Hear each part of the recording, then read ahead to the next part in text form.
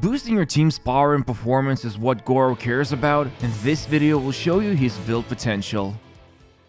It's probably safe to assume that if you're watching this video, you do understand that Gorou isn't exactly your typical character, since he is the first unit in the game that specializes in boosting Geo teammates, or more specifically, boosting defense scaling Geo characters. So as long as we understand each other, I will show you several of Gorou's builds, which I believe work best for him, as well as share some of my thoughts about his potential. But overall, he is pretty insane for mono Geo variations, and later in the video, you will see how easy and cheap it is to build him as a reliable unit for the team. Now I won't waste your time reading you his abilities because all you need to know is that his elemental skill and burst provide powerful boosts depending on how many Geo characters are in the team, and you can get all three benefits by having Gorou and 2 additional Geo characters in the comp. And typically you will always want to start fights with Gorou's skill or burst so that the rest of the teammates can capitalize on his bonuses while he's off field, and usually you want to use his burst before switching to Noelle or Ito since they're going to be dealing the biggest amount of damage in the team. Now the difference between Gorou's skill and burst is that the former stays on the ground while the latter travels around with the active character, but they both provide the same benefits besides the special passive that gets activated with the burst, which grants additional defense. But other than that, the optimal way to play Gorou is by making sure he's always boosting the team. Also, there are a couple of caveats, like the fact his elemental skill he puts on the ground is not considered to be a construct, so big boss attacks won't destroy it and it won't collide with enemies or other structures. And if we talk about his burst, it will also pull in nearby crystallized shards inside its radius, so he does kind of provide a pseudo shield for the team. But that's pretty much it. You don't exactly need to be a rocket scientist to play him, and you'll naturally learn how to manage his skill and burst placements after you start using him. One of the most important things to understand about Gorou when building him is that he's first and foremost a niche unit that focuses on boosting everyone's defense, while the damage comes as a secondary priority. He is not going to be dealing amazing damage, even if you put on him insane artifacts, because MiHoYo made sure to give him terrible damage multipliers, and this is assuming we take into account his second passive that provides him with additional damage based on his defense. The other big thing you need to keep in mind is how much defense boosting he provides for the team, because unlike Bennett or Kujo Sara, where weapons matter when it comes to getting bigger damage boost, the only thing that actually impacts the amount of defense he will provide is going to be his elemental skill level and the passive, which grants 25% defense boost to everyone after using his burst. So as an example, if Albedo has 2944 defense, then Gorou will boost by a flat 392 defense from his elemental skill, and the only additional way to further increase Albedo's defense would be to use Gorou's burst to activate the passive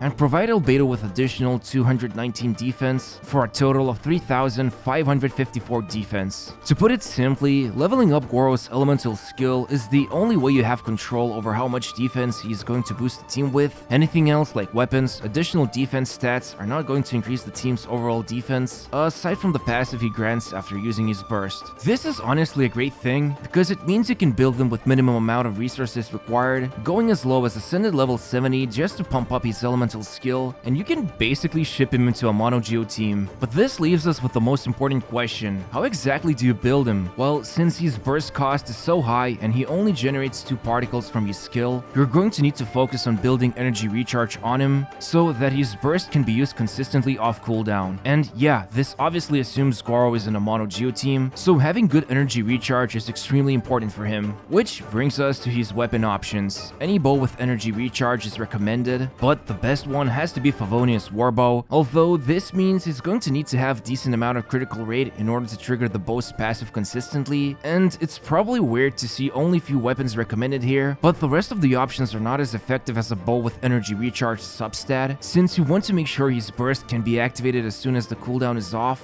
so that he can efficiently fulfill his role by always boosting defense and Geo damage for the team. Now when it comes to his artifacts, Husk of Opulent Dreams and Emblem of Severed Fate 4 sets can be decent on him, but keep in mind his damage isn't that amazing, and instead you could go for a 4-piece Noblesse Oblige if no one else in the party has it, or the easiest solution without worrying too much about over-investing into him would be the double 2-piece sets of Exiles, Emblem, and or Husk. Honestly, since his defense buffing only scales with elemental skill talent level, it's pretty much possible to just have minimal investment build, while things like Husk or Noblesse 4-piece sets are there if you want a more premium build. The rest of the stuff you need to know is shown here, with few special notices being that critical rate circlet is recommended when he's using Favonius Bow, while defense as a main stat for everything else is recommended if you unlock Gorou's 4th constellation, since it will take half of his defense for healing, so the more you have it, the better his healing becomes, which also means you could use artifact 2 sets like Ocean Hued Clam to improve his healing. As an example, here's how I built him at C0 by giving him Energy Recharge Sands, Geo Goblet, and Critical Rate Circlet, and he ended up with around 220% energy recharge and around 980 defense. If he was at C4, then I would have probably swapped out Goblet with defense instead, and depending if I had good energy recharge substats, then possibly also switch to defense sands as well, just so the team gets more healing from Gorou's burst. But this is basically how you could potentially build him. Just remember that he isn't really a resource intensive unit, and you just want to level up his skill and increase energy recharge to provide your team with great support utility.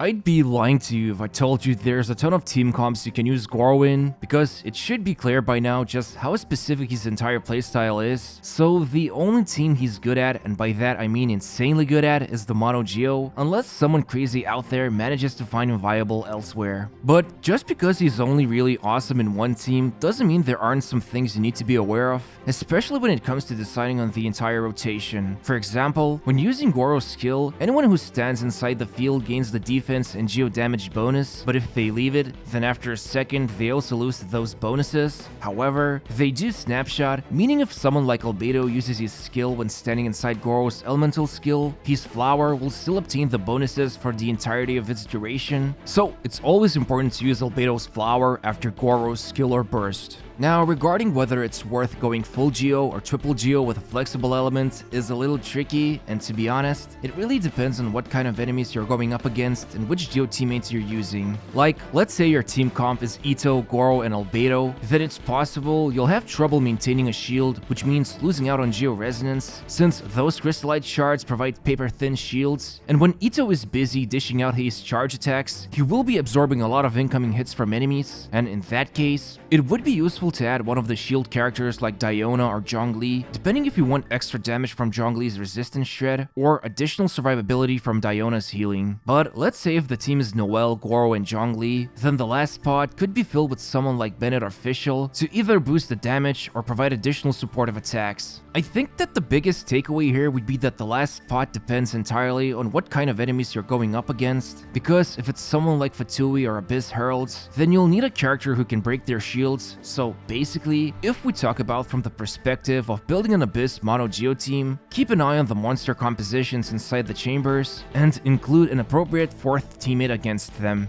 The last thing that's important to go over regarding Gorou's team compositions and his own build would be the constellations he has. What you will notice is he's C4, because now when his burst is on, it will heal the active character by 50% of Gorou's total defense, although it is just one character getting healed, not the whole team, and there is 1.5 second interval, so don't expect to recover anyone instantly when they are near death. But with consistent burst activation, you can still take a lot of damage and heal it away with this new shiny Gorou. Finally, ignoring the 5th constellation for being a waste of Primo Gems, the ultimate power boost for the entire Mono Geo lies here, because now, in addition to all of the bonuses you get from Gorou, anytime he activates his skill or burst, for 12 seconds, everyone's Geo attacks gain up to 40% critical damage, which, let's be honest, it is going to be 40% in Mono Geo team anyway. This is an absolutely insane improvement that makes Kujo-Sara's last constellation look like child's play when compared to Gorou's, who has now ascended to a godlike level of niche supports, and you could even argue is on the same power level as Miss Hina. Anyway, more or less, I would say that pushing for additional constellations isn't worth it, because only his 4th and last constellations are kind of a big deal, while the second one is nice, but not entirely necessary. Just remember, he will get added to standard banner and will show up in future featured banners, so you'll have plenty of opportunities to max out his constellations.